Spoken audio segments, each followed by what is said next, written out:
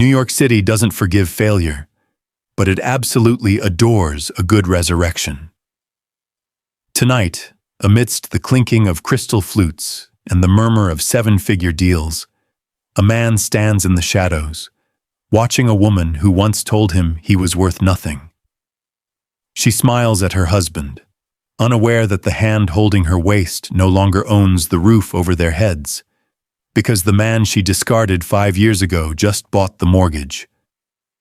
If you find yourself drawn to the quiet devastation of a revenge served cold, where love and hate are just two sides of the same coin, stay with me, because the storm is just beginning. The rain in Manhattan didn't wash things clean. It just made the grime slicker, reflecting the neon bleed of the city lights like oil on asphalt. Julian Thorne stood by the floor-to-ceiling window of his corner office on the 42nd floor, watching the storm batter the glass. Below him, the city was a grid of electric veins, pulsing with ambition and desperation. He held a crystal tumbler of Japanese whiskey in his hand, the amber liquid catching the dim light from his desk lamp. It was a 25-year-old Hibiki, a bottle that cost more than the rent of the apartment he had lived in 5 years ago. The apartment she had walked out of. He turned his back on the city and walked to his desk. It was a massive slab of black marble devoid of clutter except for a single thick leather portfolio centered perfectly on the surface. Inside lay the acquisition papers for Sterling Media Group. Julian set the drink down. He didn't sit. He rarely sat when he was about to execute a kill. His fingers traced the edge of the leather folder. He remembered the texture of the cheap suitcase Elena had packed that night. He remembered the sound of the zipper, a sharp, tearing noise in the silence of their failing marriage. "I can't do this anymore, Julian," she had said, not looking at him, but at her reflection in the hallway mirror, fixing her lipstick. "I'm 30 years old. I'm tired of counting coupons. I'm tired of potential. Richard offers me a reality, not a dream." "He's a shark, Elena," Julian had pleaded, his voice cracking with a pathetic desperation he now loathed. "He doesn't love you. He wants to collect you." She had turned then, and that was when the look happened. The contempt. It wasn't anger. Anger implies passion. It was pity mixed with disgust, the way one looks at a wounded animal that refuses to die quickly. "At least he can afford to keep me," she had whispered. 5 years. 1,825 days of reinventing himself. Julian had buried the architect who drew dream houses and birthed the venture capitalist who dismantled failing empires. He had become cold, precise, and lethally efficient. He opened the portfolio. The numbers on the page were staggering. Sterling Media was hemorrhaging money. Richard Sterling, the man who had offered Elena reality, had spent the last half-decade driving his father's legacy into the ground through arrogance and mismanagement. The debt was toxic, the shareholders were panicked, and Julian had bought it all. He picked up his fountain pen, a Mont Blanc that felt heavy and substantial. He wasn't just buying a company. He was buying the roof over their heads, the cars they drove, the charity galas they attended, and the very air Richard Sterling breathed. His phone buzzed on the marble, a single short vibration. A text from his lawyer, David. "All parties are present in the boardroom. They are waiting for the mystery buyer's signature to finalize the transfer of debt. Richard is reportedly sweating through his suit." Julian allowed himself a faint, humorless smile. He didn't reply. He uncapped the pen. The nib hovered over the signature line. He wondered if Elena was sleeping soundly right now in their townhouse on the Upper East Side, wrapped in Egyptian cotton sheets that were technically, as of this moment, about to be leveraged against Richard's defaulting loans. Did she still look at her husband with admiration? Or had the contempt started to creep in there too, now that the credit cards were declining? The tip of the pen touched the paper. The ink flowed black and permanent. Julian Thorne. He signed his name with a flourish he hadn't possessed 5 years ago. It was done. The wire transfer would initiate automatically. By tomorrow morning, Richard Sterling would wake up a tenant in his own kingdom. Julian capped the pen and finished his whiskey in one swallow. The burn was pleasant. He looked back out at the rain-soaked city. "Welcome to reality, Elena," he murmured to the empty room. The Pierre Hotel ballroom smelled of expensive perfume, stale champagne, and desperate ambition.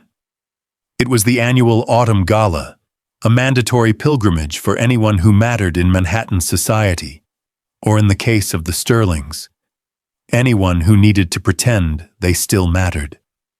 Elena Sterling adjusted the diamond strap of her emerald gown, forcing a smile for a photographer who blinded her with a flash. Her cheeks hurt. The dress, a leased Oscar de la Renta, felt like a corset of iron around her ribs. Beside her, Richard was on his 4th martini. His face was flushed, a sheen of perspiration gathering on his receding hairline despite the air conditioning. "Stop drinking, Richard," Elena hissed through her teeth, keeping her smile fixed for the room. "You need to be sharp. You said the new investors might be here." Richard laughed, a wet, nervous sound. "Not might be, Elena. Will be. The rumor is that the head of Thorne Capital is making his debut tonight. If I can get 5 minutes with him, just 5 minutes to explain the restructuring plan, we're saved." Thorne Capital. The name had been circulating in the whispers of their social circle for weeks, a phantom entity swallowing up debt across the city. Elena felt a cold prickle at the base of her neck, unrelated to the draft from the entrance. "Just keep it together," she whispered, smoothing the lapel of his tuxedo. She loathed touching him lately. His skin felt clammy, like raw dough. A sudden hush swept through the room, starting near the grand double doors and rippling outward like a wave. The ambient chatter died down. The string quartet seemed to falter for a beat before recovering. "He's here," Richard muttered, straightening his tie with trembling fingers. "That must be him." Elena turned, bored and tired, expecting to see another gray-haired billionaire with a trophy wife half his age. The crowd parted. A man walked into the light of the chandeliers. He was tall, moving with a predator's grace that made the other men in the room look soft and domesticated. He wore a tuxedo that was cut so precisely it looked like a second skin, midnight blue instead of the standard black. Elena's breath hitched in her throat. The champagne flute slipped from her fingers, shattering on the marble floor. The sound was a gunshot in the silence, but she didn't hear it. She couldn't hear anything over the roaring in her ears. It was Julian. But it wasn't the Julian she remembered. The Julian she knew wore flannel shirts covered in drafting dust, had ink stains on his fingers, and eyes that looked at her with puppy dog adoration. This man was sharpened steel. His jawline was harder, his hair styled with severe precision, and his eyes, when they swept the room, were cold, calculating, and terrifyingly empty. "My God," Richard whispered, oblivious to his wife's paralysis. "He looks young, aggressive. That's good. I like aggressive." Elena felt the blood drain from her face. She wanted to run. She wanted to claw her way out of the ballroom and hide in the bathroom, but her feet were nailed to the floor. Julian stopped in the center of the room. He was flanked by 2 associates, but he commanded the space alone. He exchanged a few words with the gala host, his expression unreadable. Then, as if pulling on an invisible thread, he turned his head. Across 50 feet of crowded ballroom, his eyes found hers. There was no surprise in his gaze, no hurt, no lingering affection. He looked at her with the clinical detachment of an entomologist studying a bug pinned to a board. He knew she would be here. He knew exactly where she would be standing. "Come on," Richard said, grabbing Elena's elbow with bruising force. "Let's go introduce ourselves before the vultures descend." "No," Elena gasped, pulling back. "Richard, no, we can't." "Don't be stupid," Richard snapped, his desperation flaring. "This is business." He dragged her forward. Every step was a nightmare. As they closed the distance, Julian didn't look away. He watched them approach, and for a split second, the corner of his mouth quirked upward. It wasn't a smile. It was a scar where a smile used to be. "Mr. Thorne?" Richard extended a sweaty hand, his voice pitching too high. "Richard Sterling, Sterling Media. It is an honor to meet the man of the hour." Julian ignored Richard's hand for 3 agonizing seconds. Then he took it, his grip brief and dismissive. "Mr. Sterling," Julian said. His voice was deeper, resonating in Elena's chest like a bass note. "I've heard a great deal about your management." Then slowly, Julian turned his gaze to Elena. "And Mrs. Sterling," he said softly. "It's been a long time." Richard blinked, confused. You know each other?" Julian didn't break eye contact with Elena. "You could say that. I used to know a version of her, a lifetime ago." The conference room at Sterling Media was designed to intimidate. It was a glass box suspended over the city, filled with a table long enough to land a small aircraft on. For years, Richard Sterling had sat at the head of this table, using the setting to bully subordinates and charm investors. Today, however, Richard looked small. Elena sat to his right, her hands folded tightly in her lap. As a board member by marriage, her presence was usually ceremonial, a nod to family unity. Today, it felt like a sentencing hearing. The air conditioning was humming too loudly, or perhaps that was just the blood rushing in her ears. The heavy oak doors swung open. The room, filled with 12 nervous executives, fell silent. Julian walked in. He didn't carry a briefcase. He didn't carry a tablet. He walked with empty hands and a terrifying sense of purpose. Behind him trailed a phalanx of lawyers and auditors, men and women in gray suits who moved like sharks circling a wounded seal. "Good morning, everyone," Richard said, standing up a little too quickly. His smile was brittle. "I'd like to officially welcome our new strategic partners from Thorne Capital. As I was explaining, this injection of liquidity will allow us to—" "Sit down, Richard." Julian didn't shout. He didn't have to. The command was spoken with the casual indifference of a man talking to a dog. Richard froze. A murmur rippled through the room. "Excuse me." Julian walked past the empty chairs along the side and stood at the opposite head of the table.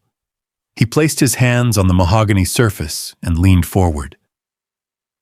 "There seems to be a misunderstanding regarding terminology," Julian said, his voice crisp and clear. "This isn't a partnership. It's an acquisition. As of 8 a.m. this morning, Thorne Capital holds 62% of the outstanding debt and 51% of the voting shares. I am not your partner. I am your owner." Elena watched the color drain from Richard's face. It was a fascinating, horrifying shade of gray. She looked at Julian, searching for a flicker of the man who used to make her coffee in the morning. There was nothing. He was a stranger wearing her ex-husband's face. "You can't just take over," The CFO, a crony of Richard's named Marcus, blustered. "We have bylaws. You have a third-quarter loss of $40 million and a CEO who uses company funds to lease vacation homes in the Hamptons." Julian cut him off. He gestured to one of his lawyers, who slid a thick file across the table toward Marcus. "You're fired, Marcus. Security is waiting to escort you out. Don't touch your computer." The brutality of it was efficient. Within 10 minutes, Julian had dismissed 4 senior executives. The room was decimated. The remaining board members sat in stunned silence, terrified to breathe lest they be next. Finally, Julian turned his attention back to Richard. Richard was trembling. Elena could feel the vibration of his leg against the floor. This was the man she had left Julian for, the safe bet, the pillar of stability. Now he looked like a child caught stealing candy. "As for you, Richard," Julian said, checking his watch, "I'm keeping you on." Richard blinked, hope flaring in his eyes like a desperate spark. You are?" "The public needs a familiar face during the transition," Julian said. "You will remain as president, but you will have no signing authority. You will not hire or fire anyone. You will not speak to the press without my approval. You are essentially a mascot." It was a public castration. Elena felt bile rise in her throat. She waited for Richard to yell, to quit, to throw his chair through the window and storm out with his dignity intact. "Do something," she pleaded silently. "Be a man." I understand," Richard stammered, sinking back into his chair. "Thank you, Julian. Mr. Thorne. Thank you." He accepted the leash. Julian's gaze shifted then, bypassing the pathetic figure of Richard to land squarely on Elena. For the first time that morning, his expression changed. A faint, mocking curiosity lit up his eyes. He saw her shame. He saw her realization that she had traded a lion for a sheep. "Meeting adjourned," Julian said. The decline of the Sterling Empire didn't happen with a bang. It happened with a declined credit card at a florist on Fifth Avenue. Elena stood at the counter, her face burning as the cashier politely handed the black Amex back to her. "I'm sorry, Mrs. Sterling. The terminal says, 'Card seized by issuer.'" An hour later, she was standing in the lobby of the Sterling Media Tower. The security guards, who used to rush to open the elevator for her, now asked for her ID. They checked a list before letting her pass. The humiliation was subtle, bureaucratic, and suffocating. When she reached the executive floor, the changes were already visible. The plush, overly ornate art that Richard favored had been replaced by minimalist, stark photography. The air smelled of espresso and anxiety. She didn't knock on the double doors of the CEO's office. She pushed them open. Julian was sitting behind Richard's desk. No, it was his desk now. He had removed the family photos, the golf trophies, and the clutter. The surface was bare except for a laptop and a stack of files. He didn't look up as she entered. "You froze our accounts," Elena said, her voice trembling slightly despite her best efforts to sound imperious. "The house staff wasn't paid this week. My cards are dead." "What are you doing, Julian?" Julian finished typing a sentence before he stopped. He closed the laptop slowly. When he looked at her, his eyes were devoid of the warmth she remembered from their mornings in their cramped studio apartment. "I am conducting a forensic audit of the company's assets, Mrs. Sterling," he said. He used her married name like a weapon. "It appears your husband has been treating the corporate treasury as his personal piggy bank for the last 3 years. That's personal money," she stammered, though a cold dread was pooling in her stomach. is it? Julian picked up a blue folder and slid it across the mahogany desk. It stopped perfectly at the edge, right in front of her. Open it. Elena hesitated, then reached out. Her fingers felt numb. She flipped the cover open. It was a loan agreement, dated 2 years ago. Richard cross-collateralized your townhouse against the company's operating loans, Julian explained, his voice flat and professional. He bet the roof over your head on a streaming service venture that failed 6 months later. And since the company is now insolvent, the bank, which is now me, owns the collateral. Elena felt the room spin. The townhouse was her sanctuary. It was the symbol of the life she had chosen, the stability, the status. He wouldn't, she whispered. He told me the house was in a trust. He lied, Julian said simply. Richard lies when he's scared, and he's been scared for a long time. Elena looked up, tears stinging her eyes. Julian, please. You can't take the house. It's all I have left. Julian leaned back in his chair, studying her. For a moment, she thought she saw a flicker of the old Julian, the man who would walk 10 blocks in the rain to get her favorite bagel. But the moment passed. You have a choice, Elena, he said. The foreclosure process takes time. I can accelerate it or I can pause it. But this isn't a charity. It's a business transaction. What do you want? She asked. I want the truth, Julian said. You left me because I was poor. You married him because he was rich. Now that the roles are reversed, I need to know. What is your loyalty worth now? Because right now, looking at these numbers, you are technically a liability I should liquidate. He stood up and walked to the window, turning his back to her. You have 48 hours to vacate the premises, or you can stay and pay rent at market value. I'll send the invoice to Richard. Let's see if he can afford you any more. Elena stood there, clutching the file, realizing the golden cage she had locked herself in was actually made of fool's gold, and the man holding the key had no intention of letting her out. The storm that had been threatening Manhattan all week finally broke with apocalyptic fury. Rain lashed against the glass skin of the Sterling Tower, and thunder rattled the steel bones of the skyscraper. It was nearly 10 p.m. Julian was the last one to leave the executive floor.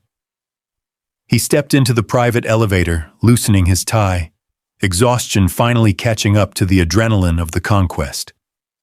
Just as the doors began to slide shut, a hand thrust into the gap. The sensors tripped, and the doors retracted. Elena stood there. She held a cardboard box filled with personal items, a framed photo, a ceramic vase, a stapler. She looked wet, her hair plastered to her forehead, her designer coat soaked darker at the shoulders. She had evidently been clearing out her desk in the foundation's office on the floor below. They stared at each other. The elevator dinged impatiently. Are you getting in? Julian asked, his voice devoid of emotion. Elena hesitated, then stepped inside. She pressed herself into the corner furthest from him, clutching the box like a shield. The doors closed, sealing them in a capsule of polished chrome and silence. The elevator began its smooth descent from the 42nd floor. For 20 floors, the only sound was the hum of the machinery and the distant drumming of rain.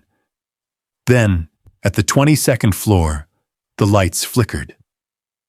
A loud crack of thunder shook the building. The elevator lurched violently, dropped a few feet, and slammed to a halt.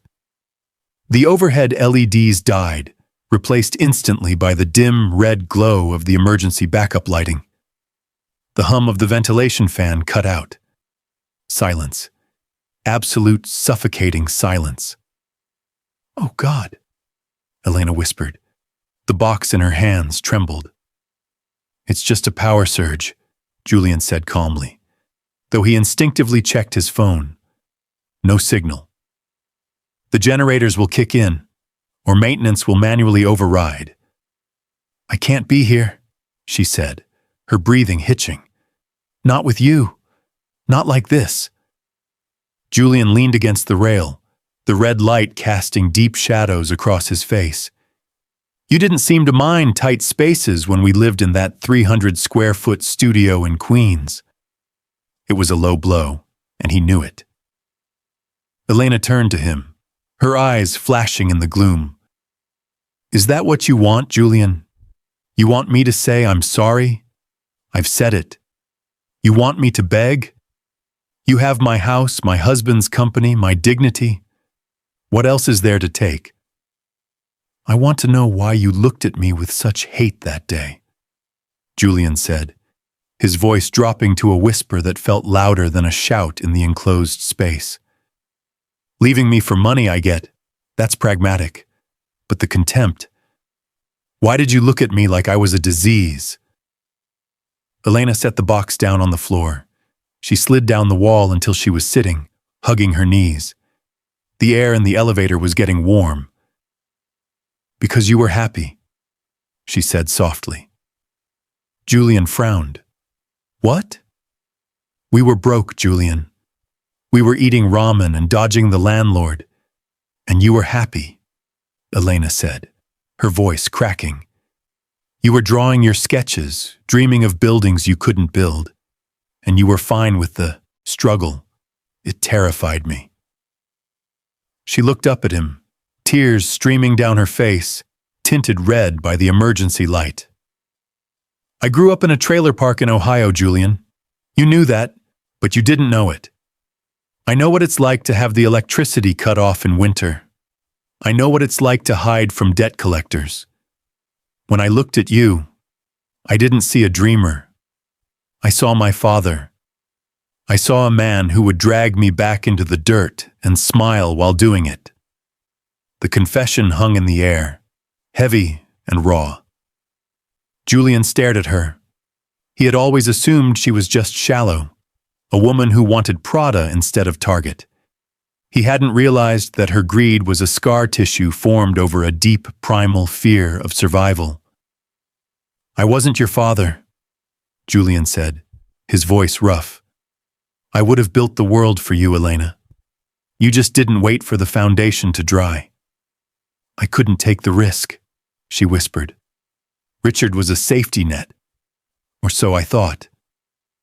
Julian felt a crack in his armor. He wanted to kneel down, to comfort her, to tell her that she was safe now. The urge was visceral, a muscle memory from 5 years of loving her. But then he remembered the signature on the divorce papers. He remembered the 5 years of silence. The elevator shuddered. The main lights flickered back on, blindingly white. The ventilation hummed to life, and the car began to descend again. The moment broke. Julian straightened his jacket. He didn't offer her a hand to stand up. When the doors opened at the lobby, he stepped out first. Safety nets have a way of tangling you up, Elena, he said without looking back. Drive safe. He walked out into the storm, leaving her sitting on the floor of the elevator, surrounded by the wreckage of her choices. 2 days after the elevator incident, Richard Sterling walked into Julian's office. He looked like a man who hadn't slept in a week.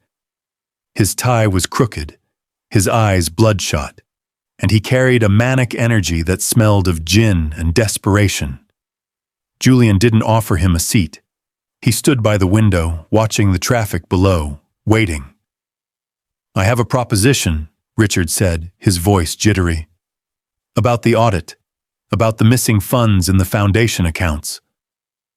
There is no proposition, Richard, Julian said, turning slowly.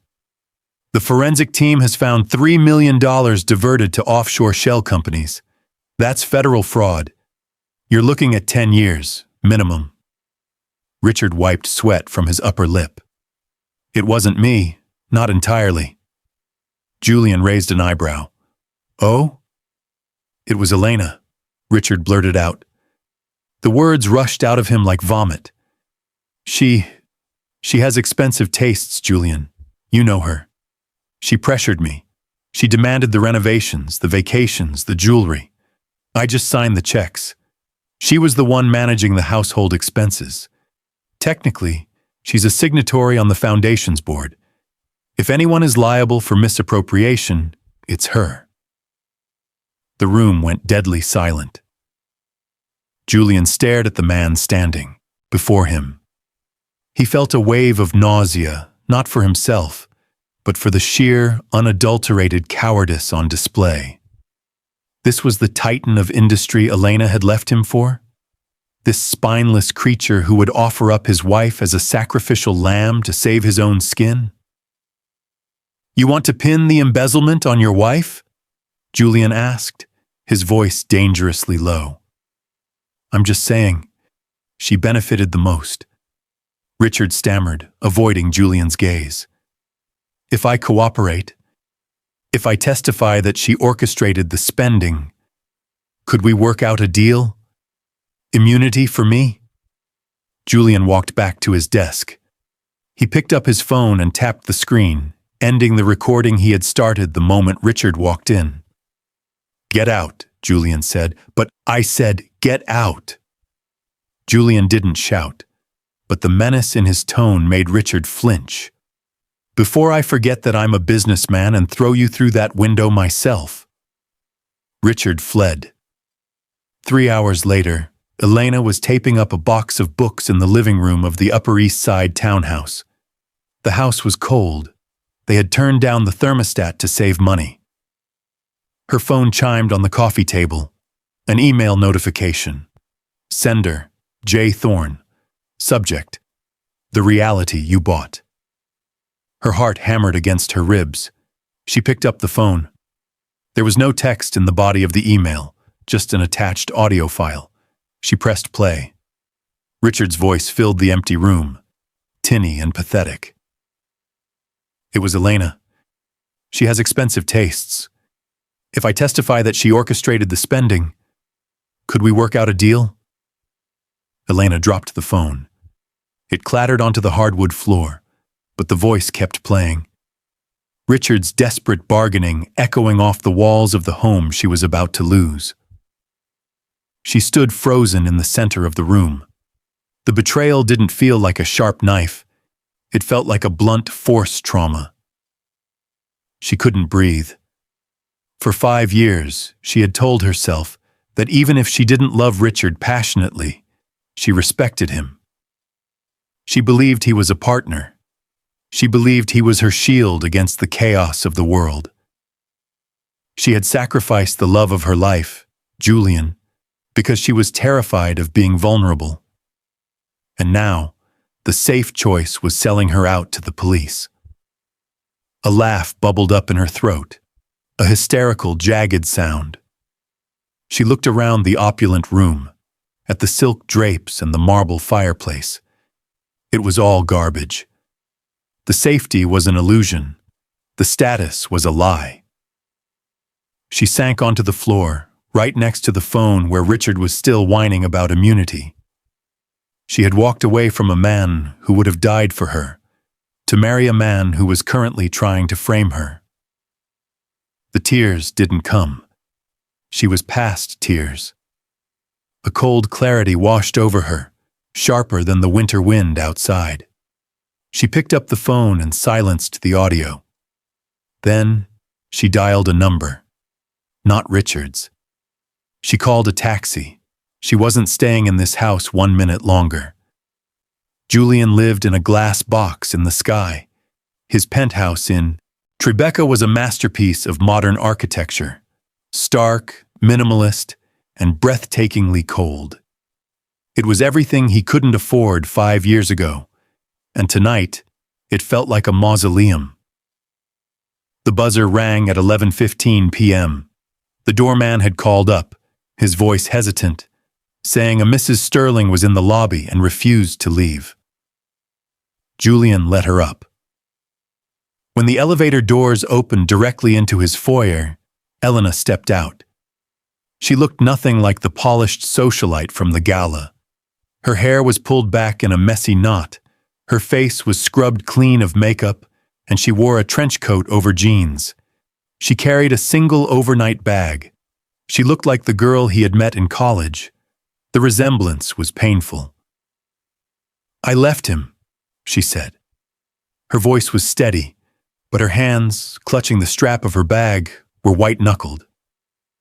"I heard the recording. I walked out." Julian stood by the kitchen island, a glass of water in his hand. He didn't offer her a drink. He didn't offer her a seat. "I assumed you would. Self-preservation has always been your strongest instinct." Elena flinched, but she stepped further into the room, closing the distance between them. She looked around the apartment, her eyes taking in the Italian furniture, the panoramic view of the skyline, the quiet hum of extreme wealth. "I made a mistake, Julian," she whispered. "A terrible, life-ruining mistake. I was scared. I was young. I thought money was the only thing that could keep the dark away." "And now?" Julian asked, his face impassive. "Now I know that money without respect is just another kind of poverty," she said. She dropped her bag and took a step toward him. "I miss you. Not the money. You. I miss the way you looked at me. I miss the way we talked. Richard, he never knew me. Not like you did." She reached out, her fingers brushing the sleeve of his cashmere sweater. It was a tentative, desperate gesture. "We can start over," she pleaded, her eyes searching his. "You've won, Julian. You beat him. You proved everyone wrong. We can go back to how it was, but better. No more struggle. Just us." Julian looked down at her hand on his arm.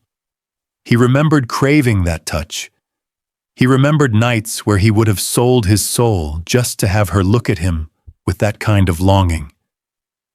But as he looked at her now, he felt a strange, hollow sensation in his chest. The anger was gone. The vindication was gone. All that remained was a quiet, suffocating sadness. He gently but firmly removed her hand from his arm. "That's the problem, Elena," he said softly. "You're in love with a ghost." "What?" She stepped back, confusion clouding her tear-filled eyes. "You're looking for the man who worshipped you," Julian said.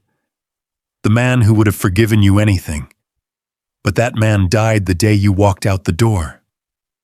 You killed him." "I'm still here," she choked out. "I'm still the woman you loved." "No." Julian shook his head. "You're a stranger, and I'm a stranger to you. You didn't come here tonight because you love me. You came here because your safety net snapped, and you needed a new place to land. I'm just the most viable option." "That's not fair," she sobbed. "It's the truth," Julian said. He turned and walked to the window, looking out at the city that never slept. "I spent 5 years building all of this just to show you what you missed. I wanted to hurt you. I wanted you to regret it. And now that you're here begging, I don't feel triumphant. I just feel tired." He turned back to face her. The silence between them was absolute, heavier than the storm that had passed. "I can't be your savior, Elena. And I won't be your second choice." Elena stood there for a long moment, the rejection sinking in. It wasn't a lash of anger. It was a wall of indifference. She realized then that she hadn't just lost his money or his status. She had lost the only person who had ever truly seen her value beyond a price tag. "I have nowhere to go," she whispered, her voice breaking. "You have the whole world," Julian said, his tone final. "For the first time in your life, you have to survive on your own. It's terrifying. But it's the only way you'll ever be free." He picked up his phone and dialed the front desk. "Prepare a car for Mrs. Sterling," he said into the receiver, his eyes never leaving hers. "Take her wherever she needs to go. Charge it to my account." It was the last act of kindness he would ever offer her. Not as a husband, not as a lover, but as a man paying a final debt to the past. 6 months later, the name Sterling Media was scraped off the building's facade. It was a crisp Tuesday morning in April. The winter gray had finally lifted from Manhattan, replaced by a pale, watery sunlight that hinted at warmth, but didn't quite deliver it yet. Julian stood on the sidewalk across from the tower, watching a team of workers hoist a new signage into place. It was the logo of a tech conglomerate, the entity he had sold the company's assets to for a 20% profit. He had dismantled Richard's empire brick by brick. He had sold off the magazine division, liquidated the real estate holdings, and absorbed the valuable patents into his own portfolio. The Sterling legacy was now dust. Richard Sterling was currently awaiting trial for fraud and embezzlement. The newspapers had feasted on the story for weeks, printing unflattering photos of the fallen tycoon in handcuffs, looking bloated and confused. But today, the headlines had moved on. The city always moved on. Julian adjusted his coat collar against the breeze. He checked his watch. He wasn't waiting for anyone. He just liked the feeling of time belonging to him again. He turned to walk toward the subway station, a habit he had picked up again recently, preferring the anonymity of the crowd to the isolation of a limousine. As he navigated the rush of commuters on Fifth Avenue, a flash of familiar blonde hair caught his eye. He stopped. Across the street, exiting a generic office building that housed temp agencies and dental clinics, was Elena. She looked different. The high heels were gone, replaced by sensible flats. Her coat was a simple beige trench, likely bought off the rack at a department store sale. She was carrying a plastic tote bag instead of a Birkin. She looked tired. There were fine lines around her eyes that she hadn't bothered to hide with expensive creams. She was talking on her phone, balancing a coffee cup in her other hand.